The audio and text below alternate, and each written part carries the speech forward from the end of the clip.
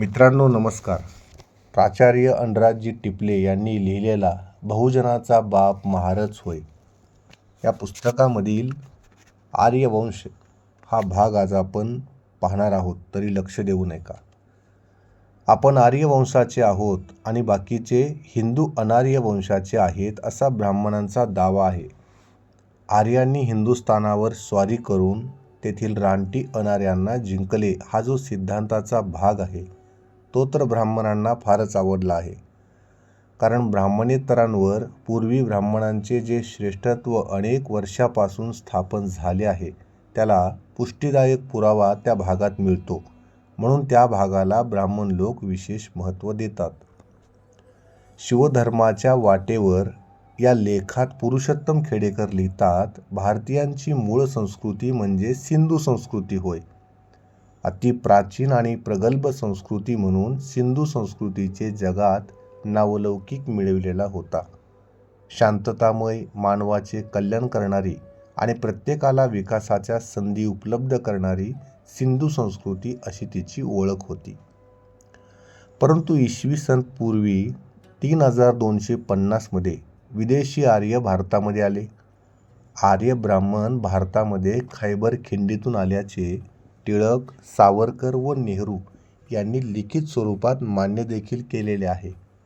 आणि नुकतेच DNA चाचणीमधून सिद्ध झालेले आहे की इथले ब्राह्मण परदेशी विदेशी आहेत. विदेशी आर्य ब्राह्मणांनी इथल्या शांततामय जीवन जगणाऱ्या मूळ भारतीयांना कपटाने फसवून आणि विविध डावपेच वापरून हरविले आणि हे विदेशी आर्य ब्राह्मण भारतामध्ये येऊन स्थायिक झाले. ही बातमी लोकमतने 23 डिसेंबर 2004 छापली देखील आहे. आता वरील लेखाद्वारे आपल्याला असे म्हणता येईल की आर्य हे दोन प्रकारचे, पहिला आर्य देशी म्हणजे भारतीय व दुसरा आर्य विदेशी म्हणजे वैदिक.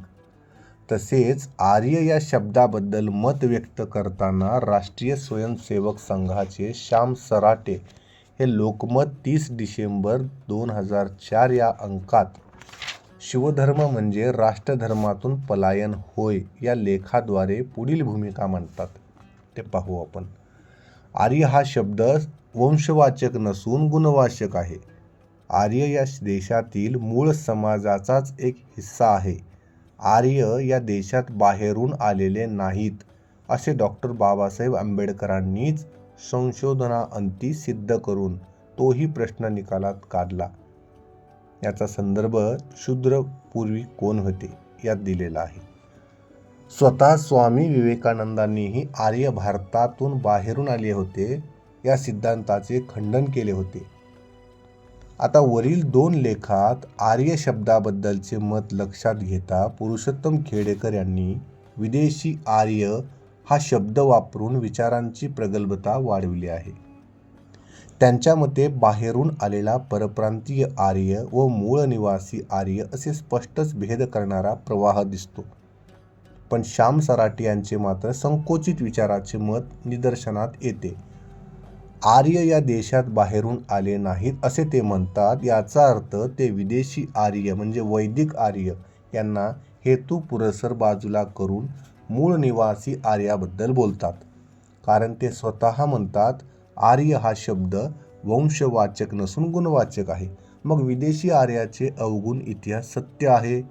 त्याची भेदनीती, कपटनीती सर्व परिचित आहे. आणि आजपर्यंतचा इतिहास आर्य ब्राह्मणाबद्दलच्या त्याच्या कुटील नीच कृत्याने कलंकित आहे. मग ब्राह्मण लोक स्वतःला आर्य कसे काय समजतात?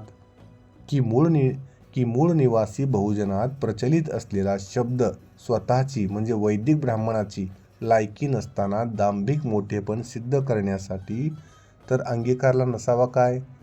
कारण आर्य या शब्दाचा अर्थ बुद्ध काळात निर्मळ, संत, मुक्त, शुद्ध असा जवळपास 2500 वर्षापूर्वी होत होता. म्हणूनच ग. राठोड गुरुजी आपल्या वाचा आणि विचार करा या पुस्तकात प्रस्तावनेत लिहितात की मध्य आशियातून भटकत भटकत इसवी सन पूर्व 1500 वर्षापूर्वी म्हणजे भारतात आलेले आहेत. स्वतःला आर्य अथवा वैदिक म्हणवून घेणारे प्रस्थापित लोक हे मूळ भारतीय नाही. प्रोफेसर मॅक्स मुलर म्हणतात, अर किंवा आर हे जगातील फार जुने नाव पृथ्वीला देण्यात आलेले आहे. हे शब्द संस्कृत वाङ्मयातून लुप्त झाले आहेत, पण ग्रीक वाङ्मयाने त्यांना जपून ठेवले आहे. ग्रीक वाङ्मयात इरा शब्द आहे. जमीन धारण करणारा किंवा जमीन पेरणारा या अर्थाने ते शब्द आर्यांनी वापरले असावेत. इडा ही मनूची कन्या. नांगरलेल्या जमिनीला इडा असेही म्हणतात. कदाचित इडा हा शब्द आर्याचा अपभ्रंश असावा. जमीन नांगरणे किंवा पेरणे या अर्थाने आर्य या शब्दाचा दुसरा उपयोग केला आहे. तसेच आर्य शब्द वैश्यांना लावित असत हा तिसरा अर्थ प्रोफेसर मॅक्स मुलर यांनी पनिनीच्या आधारावरून काढला आहे. याचा चौथा अर्थ उत्तम जन्माचा हा बऱ्याच पुढील काळात रूढ झाला. शूद्र मूळचे कोण होते? लेखक डॉक्टर बाबासाहेब आंबेडकर, पान नंबर 68 मध्ये हा लेख दिलेला आहे. वरील मॅक्स मुलरच्या मताने पाहता आर्य शब्द जमिनीमध्ये शेतीविषयी काम करणाऱ्या व्यक्तीविषयी एक अर्थ निघतो व दुसरा अर्थ उत्तम जन्माचा असा निघतो. शेतीत काम करणारा किंवा जमीन नांगरणारा या अर्थाने पाहतो म्हटले तर भारतीय बहुजन मूळ निवासी लोकच शेती करीत होते. वैदिक आर्य लोक शेती व्यवसाय करायचे अशी नोंद इतिहासात दुर्मिळ आहे. तेव्हाच तर शिंप्यांना कौन्सिलात जाऊन काय मशीन चालवायचे आहे काय? कुणभटांना काय नांगर धरायचा आहे? वाण्यांना काय तागडी धरायची आहे? ही टिळकांच्या हृदयरचना दाखविणारी ब्राह्मणी वचने टिळक माऊलींच्या मुखातून बाहेर पडली. उत्तम जन्माचा ह्या अर्थाने प्राचार्य मॅक्स मुलर मत पाहतो तर आपल्या लक्षात असे येईल की बहुजनांचा सांस्कृतिक इतिहास या पुस्तकात पान नंबर 11 वर पुरुषोत्तम खेडेकर लिहितात, उत्तर ध्रुव, युरेशियन, इराण, इजिप्त ह्या मार्गाने खैबर खिंडीतून समृद्ध भारतात क्रूर, अज्ञानी, असंस्कृत आर्यांच्या टोळ्या आल्या. म्हणजेच विदेशी आर्य जन्मजात क्रूर व अज्ञानी होते असे म्हणावे लागेल. कारण भारतातील नैसर्गिक व इतर वातावरण जगाच्या तुलनेत चांगले असल्यामुळे भारतात मानवाचा विकास अत्यंत उत्तम पद्धतीने झाला असे पुरावे मिळाले. भारतात कुटुंब पद्धती, पशुपालन, शेती विकास, घराची बांधणी, रस्ते बांधणी, पिण्याची आणि इत्यादी आधुनिक बाबी उभ्या राहिल्या. हे सर्व भारतीय लोकांच्या उत्तम जन्मामुळेच शक्य आहे.